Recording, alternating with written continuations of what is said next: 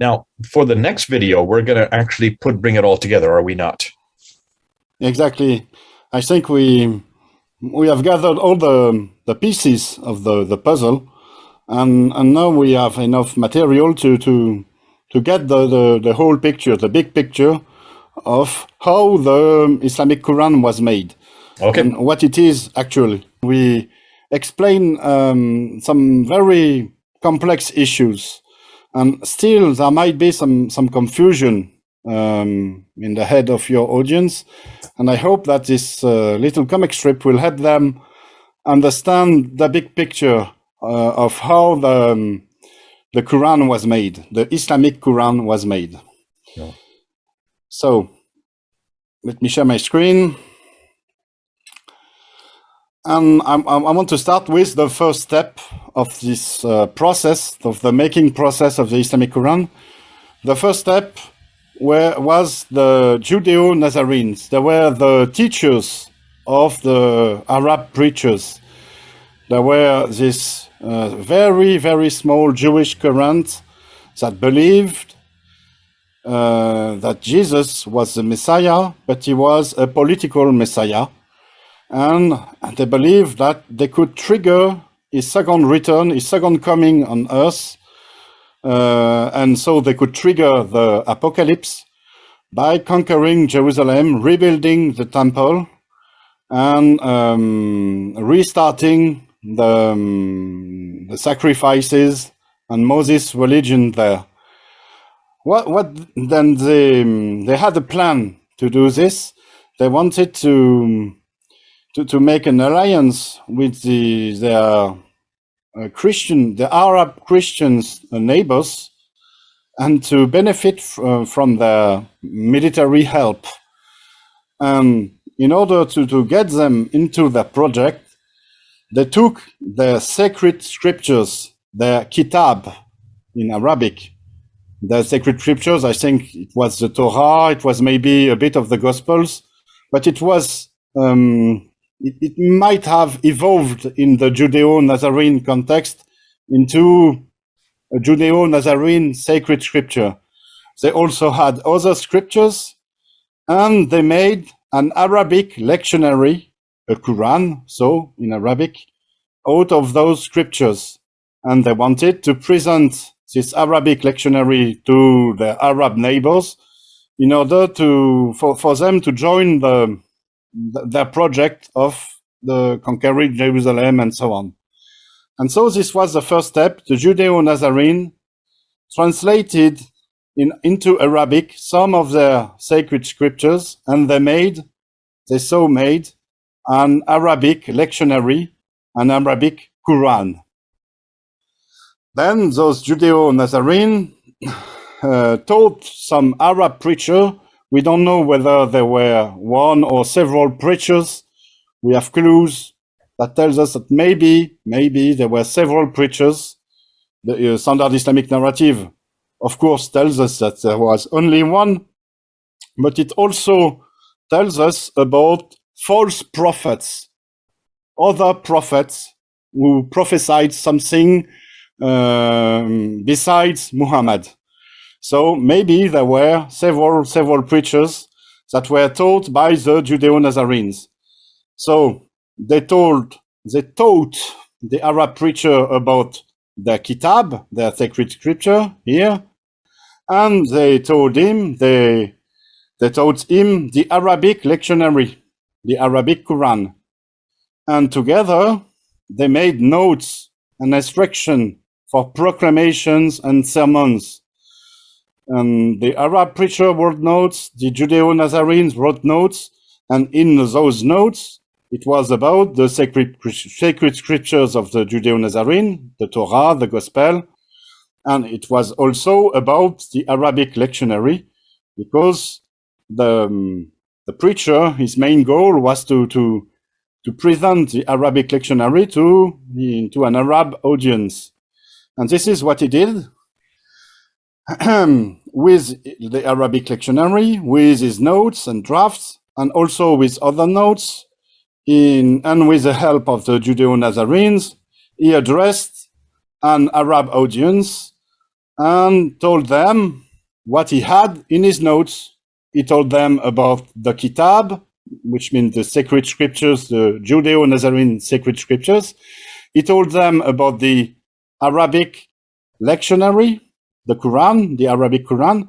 And we see that in the Quranic text, sometimes he also addressed Jews, people of the book, but mostly he addressed an Arab audience.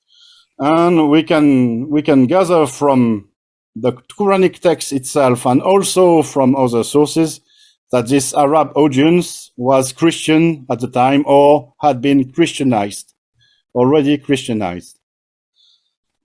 What happened then? When the Arab conquest took place, when Jerusalem was conquered, the Messiah did not come back. And so the Arab who took Jerusalem got rid of the Judeo-Nazarenes, got rid of the sacred scriptures, got rid of the Arabic lectionary, and got also rid of the Arab preachers because they failed. They failed at their project. They failed at having Jesus come back in Jerusalem. And so the Judeo-Nazarenes and their Aramaic texts and their Arabic text, which is the Arabic lectionary, were kind of eliminated around 640 up until the Umayyads. And what remained then? What remained was the Arabic notes and instructions for the proclamations, the former proclamation and the sermons. Those were the only Arabic texts that remained. And then someone, a caliph, or I don't know who exactly, someone had the idea to gather all those Arabic notes and instruction and to make a book out of it. And he made the first Arabic Mushaf, the first Arabic book. It was not the Quran yet, not the Islamic Quran yet. It was a religious book in Arabic that was a sort of symbol for the Arab leaders of this time, a symbol that they also had religious writings, that they also were legitimate as the Christians and the Jews who already had religious writing. And you see that in this book, the book talks about the Kitab as being the Judeo-Nazarene scriptures, and it talks about the Quran as being the Arabic lectionary. And thereafter, when Islam emerged as a religion, the Arabic Mushaf was made into an Islamic Quran. It was kind of the same book. Some corrections were made, some interpolations were made, but the major change was that the Kitab was now identified as the Islamic Quran itself, and the Arabic lectionary was now identified as the Islamic Quran itself, leading to a big confusion in the text and leading to the difficulty we have nowadays to identify what the Quran means in the Islamic Quran, what the Kitab means in the Islamic Quran. Because the Quranic text, Kitab and Quran words, became understood as the Islamic Quran. And now you get the whole picture, the whole process of the making of the standard Islamic narratives Quran. This is how I think the Islamic Quran was made, out of the sacred scripture from the Jewish, from the Judeo-Nazarene, made into an Arabic lectionary, made into notes and instructions for proclamation and sermons. Those notes and instructions were made into a book, and because of this book speaks about a Quran and a Kitab. And when Islam was made, the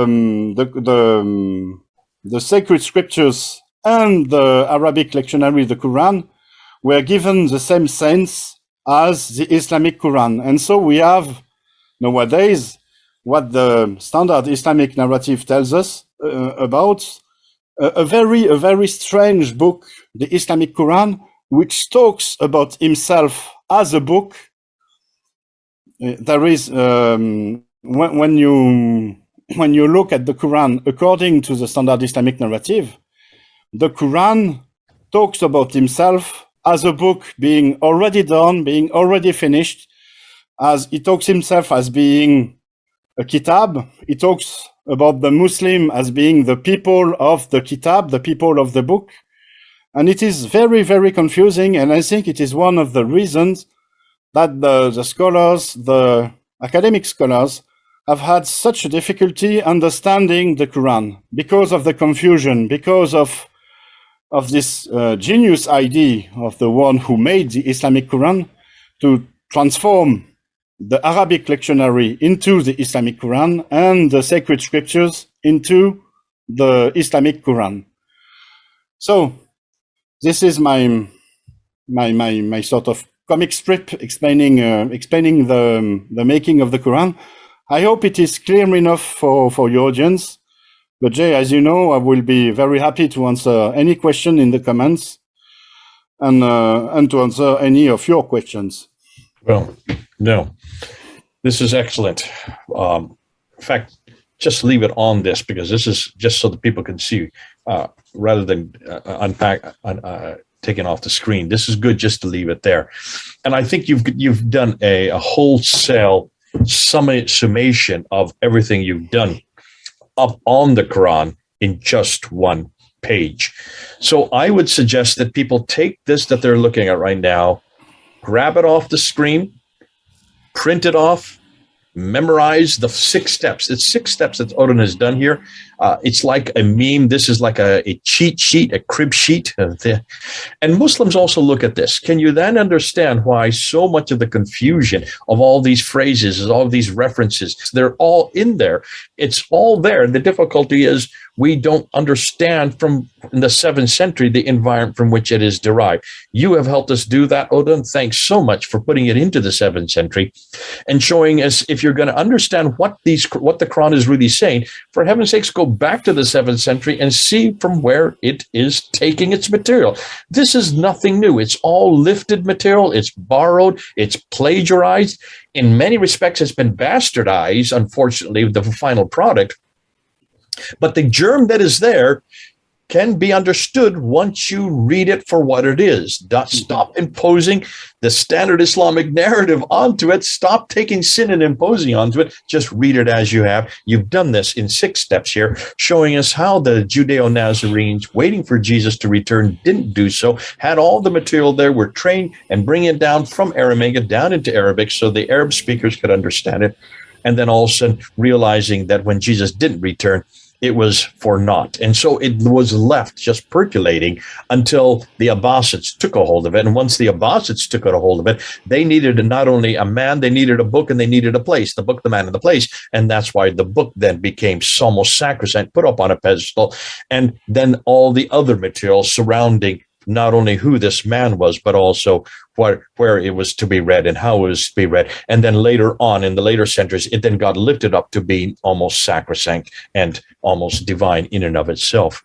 So fascinating. That's a great way to put it, so we can see it's visualized so that we can actually use it. Thanks so much, Odin. This has been a great help.